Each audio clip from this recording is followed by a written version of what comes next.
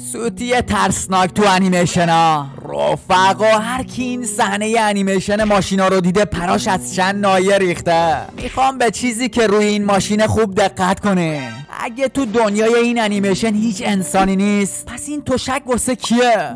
ای وای رفقا، هنوز که هنوزه هیچکی راز اینو حل نکرده. اما بعدی پرای خودم هم ریخت. تو یه صحنه گربه چکمه پوش از بالای صخره میفته و پخ میشه.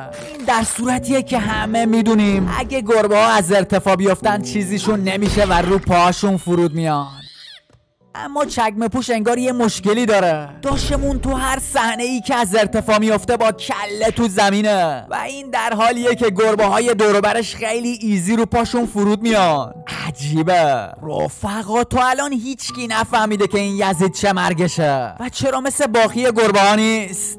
اگه رازای دارک ترشو میخوای بلایک.